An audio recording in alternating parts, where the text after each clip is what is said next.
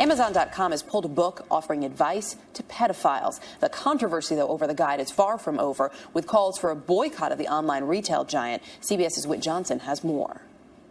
Philip Greaves is the name listed as author of the self-published ebook, The Pedophile's Guide to Love and Pleasure. Kissing, fondling, that sort of thing, I don't think is that serious of a problem.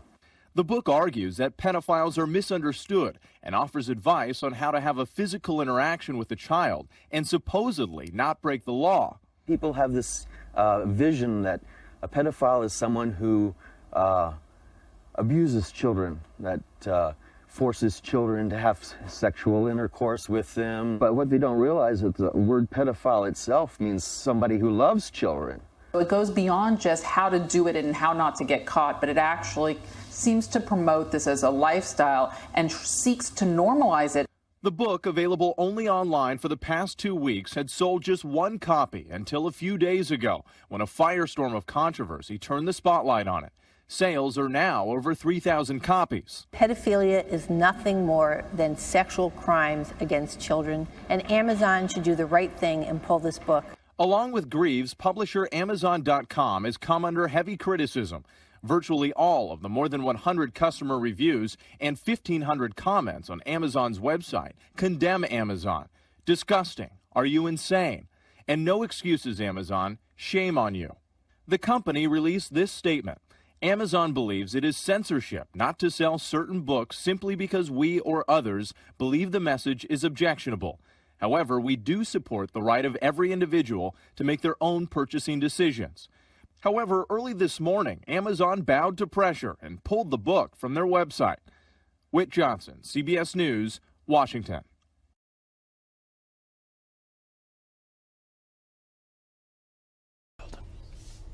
Now to a story about one of the most sensitive subjects imaginable, the abuse of children.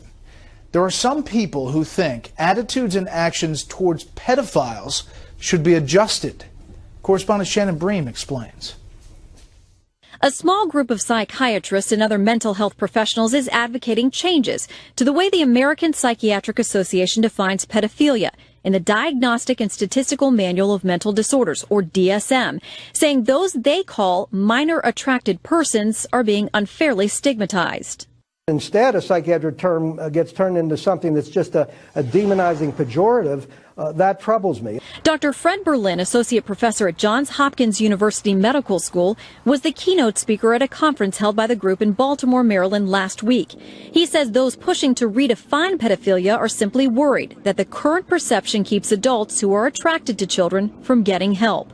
If there are people out there who are attracted through no fault of their own towards children, we want to try to assist them to make sure they don't act in ways that are going to cause problems for other people. But Berlin admits there were some at the conference who suggested sexual relations between adults and children are acceptable, something he says he does not condone. Dr. Judith Reisman, author of Sexual Sabotage, attended the event. The whole conference was slanted very clearly to the notion that pedophilia was a normal variation of human sexual conduct. In 1990 and 1992, the Baltimore Sun reported that Berlin refused to comply with a state law requiring him to report patients he believed were engaged in child sex abuse, instead directing them to first see a lawyer who could then direct them to Berlin, thus protecting any conversation under the attorney-client privilege. The Maryland Attorney General deemed that illegal. Today, Berlin labeled the accusation that he would refuse to report a pedophile actively engaged in child abuse, quote, absolutely false. Skeptics say the group Berlin spoke to has one goal, to move society a step closer to accepting sexual contact between adults and children, even decriminalize it. Absolutely. Oh, they're very clear about that. Their goal is to take all shame out of the lust for children. When asked for comment today, the American Psychiatric Association said sexual abuse of minors is a crime and, quote, we stand firmly behind efforts to criminally prosecute those who engage in it. In Washington, Shannon Bream, Fox News. Well, we've already found a secret memo coming out of the Justice Department. They're now going to go after 12 new perversions, things like bestiality, polygamy, having sex with little boys and making that legal, and not only that, but they have a whole list of strategies to go after the churches, the pastors, and any businesses that tries to assert their religious liberty. This is coming, and it's coming like a tidal wave. All right, so Congress, I just want to get this straight. So you are aware of a Justice Department memo that says there will be an effort to legitimize or legalize bestiality, pedophilia, and, as you put it, perversions? That's correct. That's correct. They're coming down with 12 new perversions. The LGBT just isn't is only the beginning. They're going to start expanding it to the other perversions. All right. Well, nothing anymore would surprise me. Absolutely nothing would surprise me.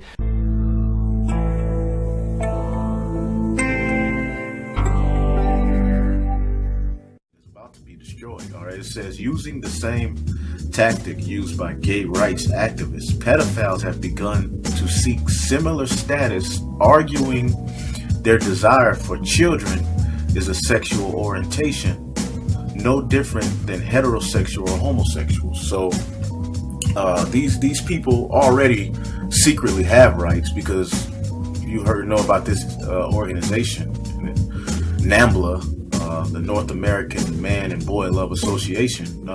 They already have a site set up where, wealthy Edomites from all over the planet Earth can, order little boys. They have it in certain towns where they come into town. They have pedophile rings set up. Sandusky, all of these big time coaches, all of these judges, all of these high lawyers, doctors, all of them, and the president and the government, the Congress, and we'll show you that, are involved in child pedophilia. The Hollywood is a big part of it. But if you can look here, it says, "What can I do to make you happy?" And the little boy said, "I like hugs." So they're already out there. They already have rights, because if they didn't have rights, this would be trashed and these dudes would be burnt alive and put in prison. But they have a website. You can go on the website and look, remembering a lover of boys, Michael Jackson. But this whole site is dedicated to that lifestyle. And now they're asking for rights. Now they want to be acknowledged as normal, okay, to where they can be out in open, all right, with a little boys. Because they start as early as 1 year old. You have stories of 4-year-old, and they rape these little boys, okay, and little girls, 10-year-old little girls, 4-year-old. It don't matter. They get down and dirty. They run trains on them. They do all types of sick, perverted things to these children. But now they're asking for equal rights, okay? So maybe they'll be able to marry the child, okay? They'll be able to marry a 4-year-old, okay? And live a normal life, walk to the bank with the child and, go to the store, and this is this person's husband or wife or whatever you want to call it. That's what's going on. It says, critics of the homosexual lifestyle, let's read this again. Using the same tactic used by gay rights activists, pedophiles have begun to seek similar status, arguing their desire for children is a sexual orientation no different than heterosexual or homosexual.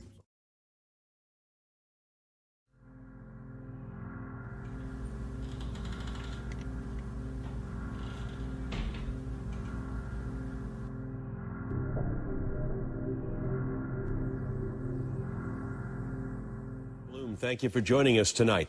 It had all the elements of a thriller crime movie. An undercover federal agent gains the trust of a dark, mysterious group, then springs the trap in a Southern California paradise. But the FBI says it was all too real, and the criminals were after sex with little boys. I spent 26 years in the FBI, many of those years in an undercover capacity. I was the undercover FBI agent in 20 administratively approved undercover operations. I was a contract killer, a drug dealer, a white-collar criminal. I spent 3 years infiltrating NAMBLA, the North American Man-Boy Love Association. NAMBLA was my most difficult case. Psychologically, it was gut-wrenching to listen to men talk about their justification on why it was proper to have sex with boys. If we meet and try to keep a connection. I think that's really right now where it's at. It's not a cool time for us to be out and vocal about this. I can be out and vocal about being gay. I consider myself that. I consider myself also an atheist, and I'm out about that. And but those things are different. When you go around saying you like to run your hand through a boy's hair or kiss him or do other things like that, it doesn't get the same reaction. We met in a nondescript rehearsal hall, hardly the type of place where an organization as vaunted as NAMBLA claimed to be deserved to be meeting. To begin the conference, we went around the room and everyone introduced themselves. My name is David. My name is Sam, or Samuel Lindblad. I'm from Albuquerque, New Mexico, and a year and a few months out of prison. Joseph, you want to... No one talked about abolishing age of consent laws. They came together to network with like-minded individuals. They came together to learn where they could go to have sex with little boys. I'm Todd, divorced dentist from Dallas. I'm Steve, from Pittsburgh. When I first found out about this organization, the Boy Scouts, I'd heard about NAMBLA maybe over 20 years ago, really. Over the years, I've been a member of the New York chapter, the Los Angeles chapter, and the San Francisco chapter. During my 3-year infiltration of NAMBLA, I corresponded with about 165 members of the organization, all of whom were in prison. Some I sent Christmas cards, some I corresponded as a pen pal. I have been active in the Christmas card, the pen pal program. And their letters were graphic. Many described in rich detail what they did to little boys. This organization was hiding behind the First Amendment. A.W. Tozer said that the only book that should ever be written is one that is forced out by inward pressure. I spent 3 years infiltrating NAMBLA, the North American Man-Boy Love Association. After that investigation, that was the book that was forced out of me. I wanted to alert the world to this organization that preys upon our sons.